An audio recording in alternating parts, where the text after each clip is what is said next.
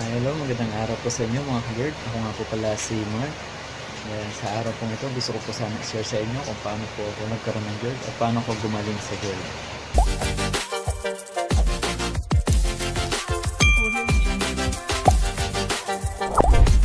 So, ayan. Ah, so, hindi ko alam kung paano ako nagkaroon ng girl. So, unang-una kasi hindi naman ako talaga, wala naman akong bisyo, hindi ako nangyagarilyo, hindi ako nagiinom. Pero may mga habits ako siguro na pwede naging cause na pagkakaroon ko ng girl. So, unang-una, mahilig akong uminom ng kape.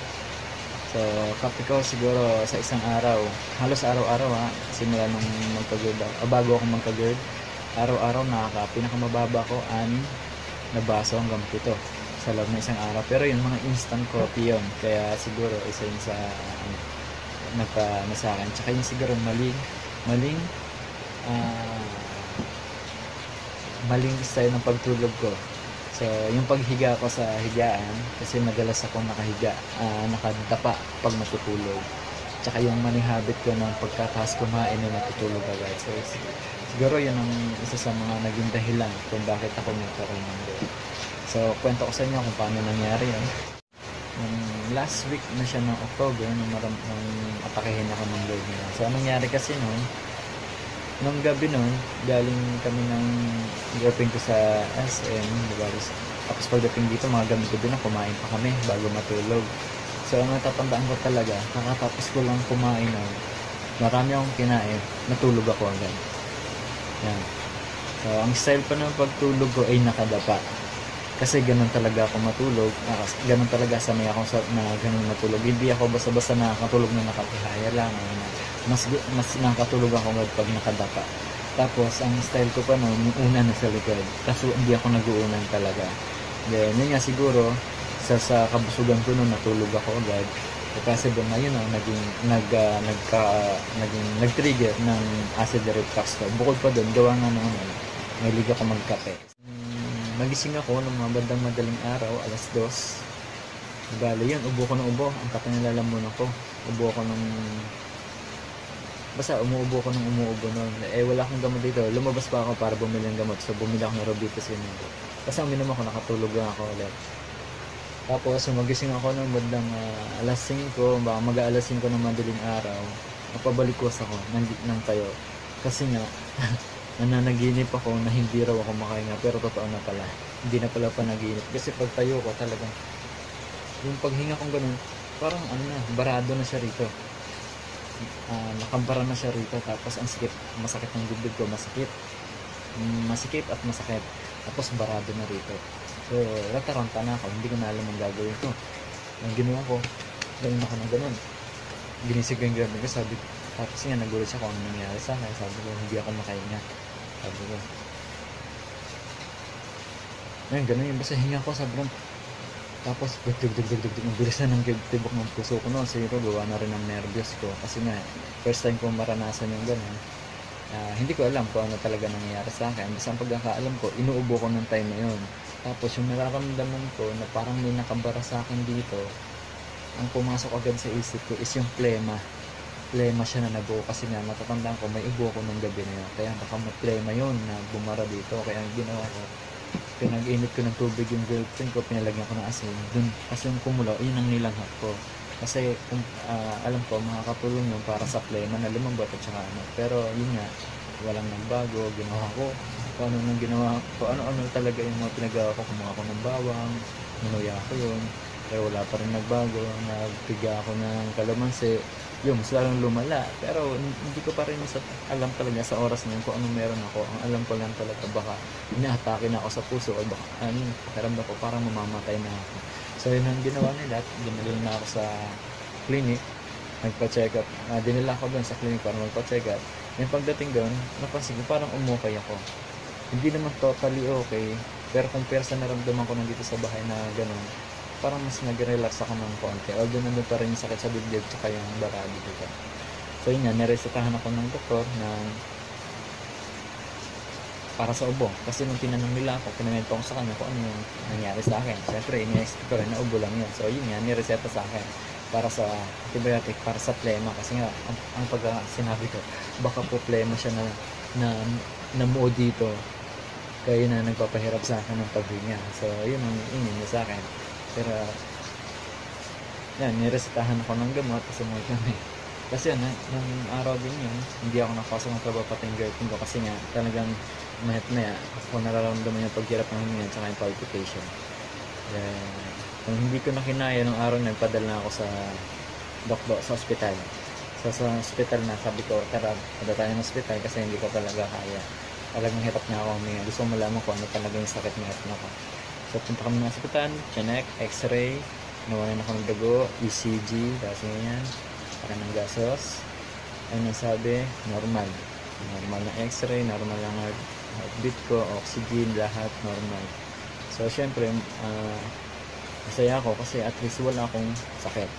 Pero hindi ko maintindihan bakit meron akong nararamdaman na kakaiba. Lalong-lalo na yung paghinga. So, ang nangyari, ganun ulit. Ano yun, alam ko Friday yun. Aalis kami ng girlfriend ko ng Monday kasi nga magbabakasyon kami. Bakasyon kami na sa Puerto noon. So, inisip ko na okay na ako. Pero yun nga, simula nung araw na yun, nahirap yung sa pagtulog, hirap na ako sa pagkain. Kasi pa sa trabaho ko, hindi na ako nakapasok kasi nga may time talaga bigla akong matakin. May time na parang magpapass out na ako. Na naninilim ng paningin ko kapag umatake sa akin ng palpitation kasi nga hindi ko alam po anong gagawin ko. Hindi ko alam kung paano ko palalabanan kasi una hindi ko alam kung anong sakit meron ako. Siyempre, di ba, kung anong nararamdaman natin, yun lang talaga kung wala tayong alam. Kaya hindi ko pa alam kung anong dapat gawin kapag may ganun pang nararamdaman, yung lalo na yung nervyos, yung palpitation, kasi naranasan ko na dati yung nahihimatay ako. Sobrang nervyos ko. So nangyayari ulit sa akin, buti na lang, hindi muntik-muntik nga lang yung time niya kasi nangingilim lang paningin ko, ginagawa ko, umupo lang ako. Tapos hanggang sa nawala. Tapos bumalik ako nun sa hospital bago kami pumunta ng Puerto. So chinik ulit ako ng doktor. Sabi naman sa akin, baka may asthma ako. Kasi yung symptoms na sinasabi nila, parang sa asthma daw yun. So, ginawa nila, iniresetahan na naman akong panibagong gamot, tsaka yung mga antibiotic, tsaka, meron silang inano sa akin na baya, sabi niya, kailangan ko daw ng nebulizer. O sakaling atakahin daw ulit ako ng gano'n, na mayroon akong gamitin ko daw yun para sa nebulizer.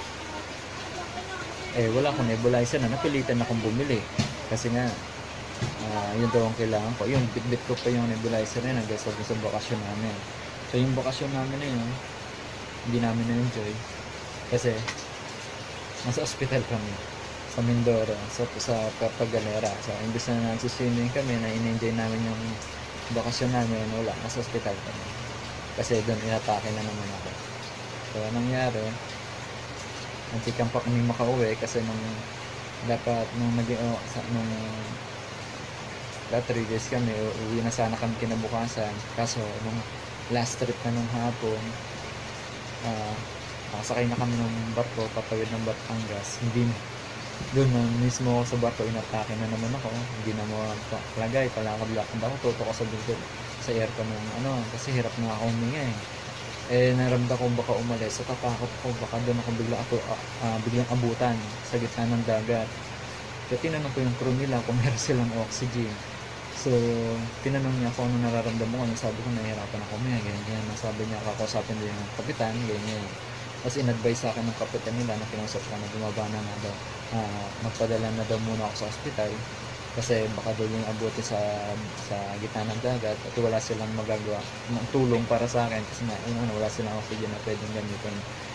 So, no choice mo ba kami? Nung nag-stay kami doon sa ospital, hanggang saan magdamag. So, pinilit ko makauwi ng kinabukasan. Then, habang nasa biyahe noon, pauwi kami, takot ako. Pinilit ko na lang. Alam mo yung nararamdaman mo, tuyo yung lalamunan mo, pag kabog yung dibdib mo, tapos hindi ka makahinga. Kaya ginawa ko talagang pinilit ko matulog para lang maano ako. Tsaka yun nga pala, doon sa ospital lang na yun, ay na nakatrace ko anong sakit meron ako. Yung doktor doon. Kasi inassess niya ako, tinanong niya ako kung ano yung mga nararamdaman ko, pinakita ko sa kanya mga gamot na nireseta sa akin ng doktor. Tapos sabi niya, wala kang, sa tingin ko, wala kang sakit sa baka. GERD yan, sabi niya.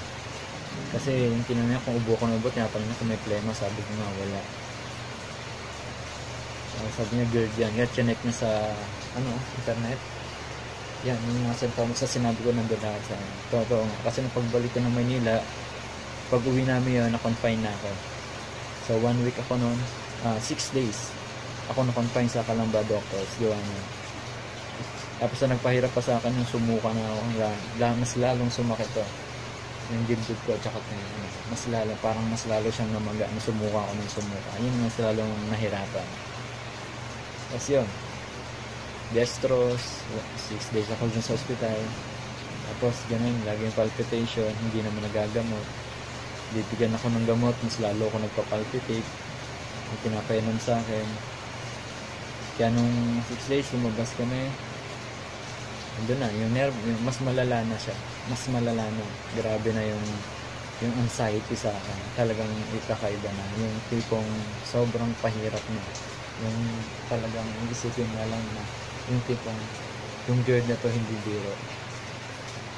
Hindi talaga siya biro. Susumpahan mo talaga yung GERD.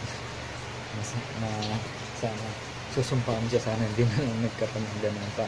Isipin mo, doon mo may isip yung mga ginagawa mo dati, kung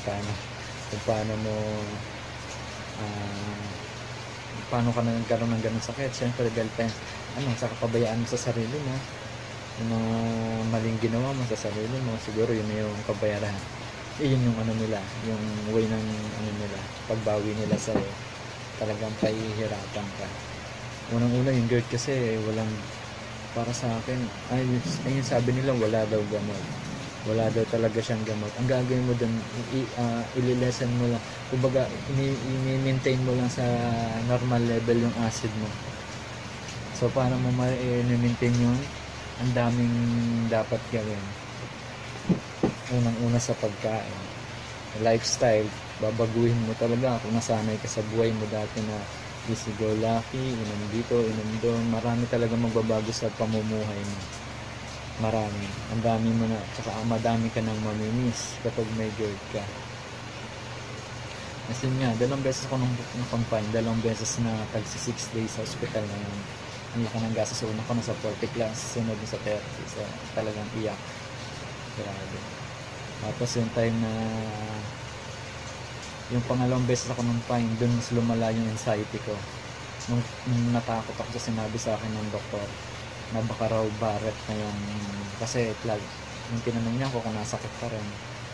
Ang problema kasi sa kanila, hindi nila iniintindi yung sinasabi ko eh. Sinasabi ko sa kanila kung ano nararamdaman ko, mas pinipilit nila na sabi na basta may ganong lagi kong sinasabi sa kanila kung ano nararamdaman ko, pero iba yung iniisip nila sa sinasabi ko. Kaya yung sabi niya baka may Barrett na daw ako, yung sakit daw na katulad ng sakit ni Duterte, hindi raw gumagaling dun sa yung possible cancerous daw. So yung sinabi niya sa akin ng ganun, talaga nung parang wala, para akong binuhusan ng malaking na tubig, nanginig ako noon. Nanginginig ako, sabi niya kailangan kapag kailangan ko na magpa-endoscopy. Napakamahal ng endoscopy dun sa tinanong ko siya kung magkano, 20 plus daw. Tapos babawasan na PhilHealth, so hindi na magkano lalabasan. Talaga naman doon ko naramdaman yung ganong nervous kasi mula nun kada may papasok na nurse sa kwarto ko, nanginginig na ako agad, natatakot. Ewan ko, parang reaction na ng katawan ko simula na nangyari sa akin, ganun na ako. Tapos yung nakalabas ako, kasi nung habang nasa ospital ako, sabi ko, hindi na pwede to, sabi ko. Kailangan tulungan ko na yung sarili ko. Sabi. Hindi na pwedeng umasa na lang sa lagi sa ospital kasi ganun din eh. Ganun, kung ano yung ginawa nila sa akin, ano na-confine ako, ganun din. Hindi nila ako nagamot. Gumastos lang ako ng malaki pero hindi nila ako nagamot. At saka pinagtataka ko doon, yung mga ginagamot at pinapainom nila sa akin, mas doon ako nag-trigger yung palpitation ko, yung nervous ko, yun yung kinakain, parang mas ako. Naisip ko parang hindi naman ako gumagaling sa nila. As doon pa naisip ko mag-search, Google, kung paano siya, paano magagamot yung sakit na yun. So dun nga, wala talaga siyang gamot. Kailangan lang is yung lifestyle lang daw talaga, kailangan baguhin yun. Kung ano yung ginagawa mo dati, tapos yun nga, marami ng bawal. So yun, tinigil ko yung mga gamot na pinapainom sila sa akin. Hindi ko na talaga ininom. Kaya kapag yung maghihatid sila na pagkain, just gamot, yung pagkain hindi ko talaga nakakain, hindi ako nakakain. Kasi kahit konting-konti lang, dinudurog ko na nga, tapos isubo ko. Pakiramdam mo, may babara lang dito eh. Yung pagkain mo, ang gagawin ko, sasabayan ko ng inom ng tubig. Pagkasubo sabay ng tas may busog ka na agad. Kasi nga yung tiyan natin, hirap na sa panuno kapag may GERD ka eh. Yun ang problema natin, may mga GERD eh. Tapos yung mabilis ka mabusog, bloated. Tapos yan, yung mga problema natin may GERD. Yan, pinaka talaga is yung anxiety, kahirap. So dito sa group na to, nahirapan na ako dun sa naramdaman ko na yun. Pero dito, ilang months pa lang ako nagkaroon ng GERD grabe, hirap na. Samantalang iba rito nababasa ko, taon na talaga may GERD sila, hanggang ngayon meron pa rin. Kaya bilib ako sa kanila paano nila na-handle yung ganun. Alam ko napakahirap, tsaka iba yung nararamdaman nila kumpara sa naramdaman ko. Kaya grabe yan, siguro kung ako nasa katayuan nila, baka hindi ko nakakayanin yun. Pero yun nga, siguro sana itong ginawa kong video is makatulong din sa iba na merong GERD. So ang gagawin lang naman natin, so ito yung kwento ko kung paano ako nagka-GERD. So ito naman ngayon, tutuloy ko yung kwento. Ito naman yung ginawa ko para gumaling ako sa GERD. Ngayon kasi talagang okay na ako. So GERD free na, masasabi ko talaga sa sarili ko na GERD free na ako. Nung nasa ospital ako, yung bago ako ma-confine, kasi talaga habit ko is gym lang. Gym, kain, computer, games, yun lang naman ang lagi ko, routine, ang ginagawa ko dati lagi. So nung nagka-GERD ako, talaga malaking naging pagbabago sa akin. Ang laki ng pinayat ko, from 70 kilos hanggang 59 yung paglabas ko ng ospital. Umabot ko ng 58 kasi nga bukod doon, nahirap ako kumain eh. Hindi na talaga ako nakakakain. Halos tubig na lang ang iniinom ko. Pas prutas ganun pa rin kapag nagpo-fruit. Yung papaya dati kinakain ko na, tsaka yung naging doon, problema natin yung pagpupo. Yan, tapos yung mga kati-kati sa katawan natin, yung pag may GERD tayo, may mga butlog-butlog, sobrang kati. Tapos yung pupo natin hindi normal, yung tipong parang foamy siya, tapos ang dami, pagkatahi ka ang dami. Yung tipong pag upo mo pala sa inodoro, pag pupo mo labas lahat, okay na, hugas na lang. Hindi ka tulad dahil kapag normal ka, ang tagal mong pumupo. Pag may GERD ka, isang upuan lang. So yung ginawa ko sa para gumaling, yung sa akin lang, yung ginawa ko lang para gumaling. Kasi ako, nung sinabi niya, hindi ko na ininom, tinigil ko na yung pag-inom ng gamot na binibigay sa akin ng doktor. Kasi nga, nung nabasa ko yung mga side effect nun, sabi ko hindi pwede. Kasi nga, kapag yung mayroon dong gamot na ang mangyayari, yung lulutong ang buto natin, so possible, kapag nag-gym ka, talagang titigil mo kasi pwede kang ma-injured. So sabi ko hindi pwede, kasi talagang gym is life ako. Kahit na hindi masyado halata sa katawan ko, talaga mas ako sa sistema ng daily habit ko is yung kasama talaga yung pag-gym. Kaya hindi pwedeng mawala sa akin. Kaya sabi ko hindi pwede, tinigil ko talaga yung gamot na yun, hindi ko siya ininom. Halos lahat ng mga gamot ng acidic, talagang may epekto siya sa ganun. Kaya yung lahat yun, tinigil ko. Yung ginawa ko, nag-search ako ng mga na pwedeng makatulong sa pagpapagaling ko na normal, na walang magiging epekto sa katawan ko. So doon nakita ko yung healing galing. Ginawa ko, pinanood ko yung mga videos nila. So doon may mga nagpatotoo na gumaling sila sa GERD dahil doon. So trinay ko. So pumunta ko yung malapit na outlet nila dito. So dinala ko yung reseta na binigay sa akin ng doktor, pinakita ako sa kanila. Tapos yun, inanuhan nila ako ng gamot na para sa sakit yun. So may kamahalan lang talaga kasi yung 1 week na gamutan na inisyo sa akin, nasa 1.3 agad eh. Halos Hindi, sa ano, 116 ata yun. Isang linggo lang nagamutan. Trinay ko. So hindi naman ako nagkamali sa pinili ko kasi yun talaga nakatulong sa akin. Pero ginawa ko lang yun sa loob ng isang buwan, so medyo malaki rin ang nagastos ko. So, sa loob ng isang buwan ko tinake yung healing galing na yun. Tapos yung after ng 1 month na naging ano na, yun nga, bukod kasi doon sinasabayan ko siya ng healthy diet, tsaka yung water therapy, tsaka yung breathing exercise. Yan, ayun yung ginawa ko para gumaling ako. So yung ginawa ko po noon, araw-araw pagkagising ko sa umaga, iinom na po ako ng tubig. Every 30 minutes ang ginagawa ko noon, inom ako ng isang basa. So meron ako laging dala nito, kahit saan ako pumunta dala ko to. Ito, dala ko to. Sukat ko na to, pang lagpas siya ng konti sa 1 glass, pero okay na siya. Ginawa ko paggising ko, ito agad ang dala ko, tubig, maligamgam. Siguro mainit na tubig, lalagay ko kalahati nito, tapos pupunuin ko na siya ng hindi mainit. Sabuin, isang lagukan lang yan. Tapos ang pagkainom, isa pa ulit, lalagyan ko siya. Ginagawa ko, umakit ako sa second floor namin, doon ko ginagawa yung pag-pray, tsaka pag ano, yung breathing exercise na ginagawa ko. Totoo, yung sa Lord na to, doon ako natutong mag-pray. Talagang nakatulong rin naman sa akin. Kasi talagang yung pananampalataya sa Diyos, importante rin talaga yun. Nakakatulong yun. Basta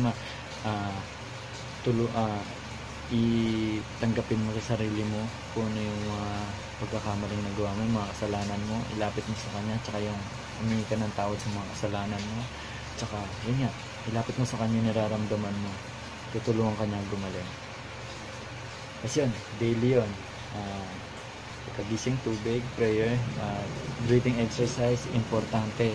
Maganda rin yan sa baga natin tsaka sa puso, kasi nga diba, hirap tayong huminga kasi yung pakiramdam natin na parang naiipit. Sa akin na ganun ang naramdaman ko kasi masakit yung sa likod ko, right side, tapos yung dibdib ko, so kaya parang nangyari, naiipit niya yung baga ko.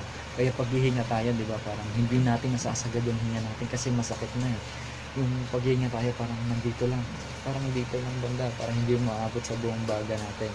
So ganun, kapag yung breathing exercise, mga katulong yun. Tapos yun, mamamalengke na ako, bibiliin ko na yung mga pagkain lang na pwede sa akin. So marami kasi minsan lang, kapag nag-girl tayo, maraming bawal sa atin. Mga pagkain, mamantika, mga prito, yan, bawal yung matatapang pagkain, bawal yung manghang, maasim at maalat na pagkain, bawal yung sa mga prutas, yung mga citrus fruits, bawal yan. Pero importante sa ating mga girls is yung mga vegetable tsaka yung mga prutas na hindi citrus na. Tapos ang ginawa ko sa ulam, isda, manok tsaka baboy. Pero yung baboy na inuulam ko is ribs lang lagi ang binibili ko. Ang ginagawa ko sa ulam, palitan yon. Halimbawa, isda muna, manok, tinola, tapos baboy na nilaga. Halimbawa, Lunes, sinabawang isda. Ako, madalas kong sahog yan, kung hindi malunggay, alugbate, sinasabaw ngayon, timpla ko lang asin. Hindi, dati, sinasabay ko sila kasi hindi nila nakakain, yung kasama ko dito sa bahay, hindi nila nakakain doon. Kaya hiniwalay ko na yung pagluto ko ng pagkain ko. Hindi na ako papasabay sa kanila. Ako na lang rin nagluluto ng pagkain ko. Kasunod na araw, tinola, o kaya nilaga, depende sa inyo. So, anong gusto nyo. So, ako ayun nga, tinolang manok. Ang ginagawa ko naman sa manok, tinatanggal ko yung balat para walang taba, walang fats na halo dun sa pagkain natin. Meron ma'am, konti na lang kasi yung balat ng manok medyo mataba yan. Kasi siyempre yung laman na kahit pa paano, meron pa rin naman yan. Tapos yun, ako kasi pag nagtitinola ako, ginigis ako para malasa. Kahit na walang pampalasang gamitin, kahit asin lang, malasa pa rin. Pero ang ginagamit ko pang gisa is yung bumili ako ng vegetable oil para zero fats siya. So yun, ayun ang ginagamit ko pang gisa. Tapos sa nilaga naman, sa buto-buto naman, nilalaga ko siya. So ang ginagawa ko doon, para malasa din siya, pinapakulong ko siya ng husto. Pinapakulong ko ng husto hanggang sa yung lumambot siya, yung humiwala yung laman niya sa buto. Yun, kahit na asin lang sa hug mo, okay na. So yun, ganun din. Kapag sa tinola, sayote at kung di malunggay, alugbati ang hinahasal. Ang sarap. Tsaka yung tinola is patatas at yung dahon din. So yun lang ang kinakain ko lagi. Tapos, at kahit saan ako magpunta, lagi akong may baong pagkain, tsaka tubig talaga. Ito, ingat, lagi akong may tubig. Alis ako ng bahay, inom na ako niyan. Dalawang ganito, kaya laki ng tiyan ko lagi niyan. Tapos ito, meron laman niya, ilalagay ko sa buko yan. Dala ko yan. Tapos bukod pa yung mga pagkain dala ko. May mga baonan ako noon, may laman yan. Yung mga baonan ko niyan, meron ako sliced bread, may palamang cheese whiz. Tapos may mga prutas akong dala. Kadalasan prutas ko, ubas, peras, mansanas. Yan ang lagi kong dala. Tapos yung yung carbs ko, minsan di ako nagkakanin carbs ko, saging at kamoting yung matamis, ayun ang kinakain ko. Lagi ang mayroon naman yan. Kaya kapag ako alas, ang dami kong bit-bit pagkain sa akin, lalo na pag magbabantay ako sa tindahan. Hindi kasi ako nabili o nakain ng mga pagkain sa labas. Yun nga, kasi nga bawal ba. Lalo natin hindi mo alam kung paano nila niluto yun. At least kapag ko nagluto, sigurado ka. Tapos yun, sa pagkain, ganun ang ginagawa ko. Kasi pagtulog naman, importante sa atin yung tamang oras ng pagtulog. So, ang ginagawa ko, nung may GERD ako, kumakain ako ng alas 6, at least dapat alas 6 bago alas 7 nakakain ako. Ayun ang oras ko sa gabi. Kasi, ang target ko kasi ng tulog sa gabi is kundi 9, alas 10 ng gabi. Dapat tulog na ako niyan. Dapat tayo kasi pag may GERD, hindi tayo pwedeng kumain, matulog agad pagkatapos kumain. At least meron tayong allowance mga 2 to 3 hours niyan bago matulog, lalo at kung marami kang nakain. Dapat may allowance ka niyan. So, dapat mga 6 to 7 nakakain na ako niyan. Kasi gising ka noon alas 9, kaya ilang oras din yun, di ba? Magandang pahinga rin talaga. Tapos yung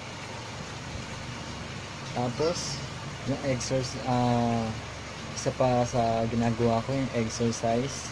So simula, yun nga, sa 1 month after na makalabas ako sa ospital, nagsimula na akong mag-gym. So mahirap sa simula bumalik kasi nga katulad yan, may nararamdaman pa tayo ng time na yun.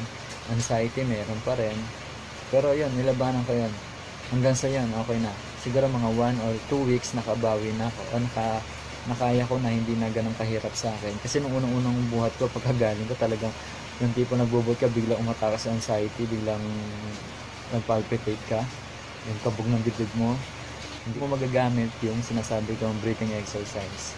Kapag ikaw, feeling mo, kasi kapag ikaw sanay ka na, malaman mo na kung atakihin ka na ni anxiety, doon mo gamitin yung breathing exercise. Inhale, exhale ka lang. Makakatulong yun para hindi magtuloy siya sa tapos i-relax mo lang yung sarili mo. Yung pag-gym na yun, ayun, sa tingin ko para sa akin, ayun ang isa sa malaking nakatulong din sa akin. Kasi simula nung may gym ako, kada mag-gym kasi ako, doon ko nararamdaman yung nare-relax ako, mas magaan yung pakiramdam ko, nakakatulog ako ng ayos sa gabi, hindi na ako basta-basta nagigising, dire-diretso na tulog ko hanggang kaya malaking bagay sa akin yung pag-gym na yun. Saka yun nga, bumalik paunti-unti, nabalik ko yung katawan ko. Okay, kumpara ng katawan ko nung nagkaroon ako ng GERD, talaga naman ang laki ng pinayat ko nun. Talaga. Kaya hinayang abutin na nga at naibalik ko siya, gawa ng pag-gym ko. Tapos yun, nakakain na rin ako ng maayos. Kasi kapag nag-gym ka, mas mabilis yung metabolism mo, nakakatulong yun para mas mabilis mong matunaw yung mga kinakain mo. Kasi pag may GERD tayo, di ba, hirap tayong tumunaw. So isa yun sa so maganda, isa pa sa maganda lang kapag may GERD ka, akong ginagawa ko, kapag kakain ako, tapos ko kumain, umiinom ako ng Yakult. Umaga, tapos kumain Yakult, tanghal, umiinom ako Yakult, saka gabi. Tapos sa gabi, bago matulog, nag-yogurt ako. So, maganda rin kasi sa yogurt, kaya katulad ko nga, nag-gym ako. So, may tulong siya sa akin pagdating sa, kasi ang yogurt mataas sa protina, tsaka yung sa digestive natin, importante yun, nakakatulong yun para sa panunaw rin natin, ng kinain natin. Tsaka yun, sa immune system, nakakatulong siya. So, malaking bagay ang yogurt para sa ating may mga girl. So, maganda rin kasi sa yogurt, kaya katulad ko nga, nag-gym ako. So, may tulong siya sa akin pagdating sa, kasi ang yogurt mataas sa protina, tsaka yung sa digestive natin, importante yun, nakakatulong yun para sa panunaw rin natin, ng kinain natin. Tsaka yun, sa immune system, nakakatulong siya. At yung isa pa, syempre, importante rin na dapat alam natin kung anong tamang posisyon natin sa pagtulog. So, dapat lagi tayong nakapaling sa kaliwa pag nakahiga. Then, importante rin na dapat naka-elevate yung likod natin pag tayo yung nakahiga. So, dapat gagamit tayo lagi ng dalawang unan na gagamitin natin sa pagtulog. So, wag po tayong matutulog ng nakadapa o matutulog ng walang unan. So, dapat talaga lagi na, ngayong may guard na tayo, dapat lagi na tayong nakaunan pag natutulog. So, mas maganda nga kung nakapaling kayo. Sanayin natin ang sarili natin na nakahiga na nakapaling sa kaliwa. So, isa pa, dapat ngayon alam na rin natin kung ano yung mga dapat nating iwasan o mga hindi natin dapat gawin. Katulad ng mga sa mga pagkain o sa mga bagay na siguro hindi na dapat nating ginagawa. So, sa pagkain, alam naman natin kung anong mga importanteng pagkain na dapat nating kinakain at yung mga pagkain na hindi dapat. So, katulad ng mga chichirya, yung mga inumin na masyadong mataas sa acid, like yung mga soft drinks, saka yung mga alak, yan. So, hanggat maaari, iwasan na po muna natin yan, lalo na ngayon na nagpapagaling po tayo para mas madali po ang pagpapagaling natin. Kasi yun nga, walang ibang mga katulong sa sarili natin, sa sakit natin, kundi tayo lang din. Kaya kung di natin tutulong sa sarili natin, posible na mas tumagal yung sakit natin, GERD na yan. Tapos, syempre, ang iwas, bukod doon sa mga bawal na pagkain ng mga anak, syempre, yung mga gawain, yung iwasan magpuyat, no? Importante yun. Tsaka, yung pahinga.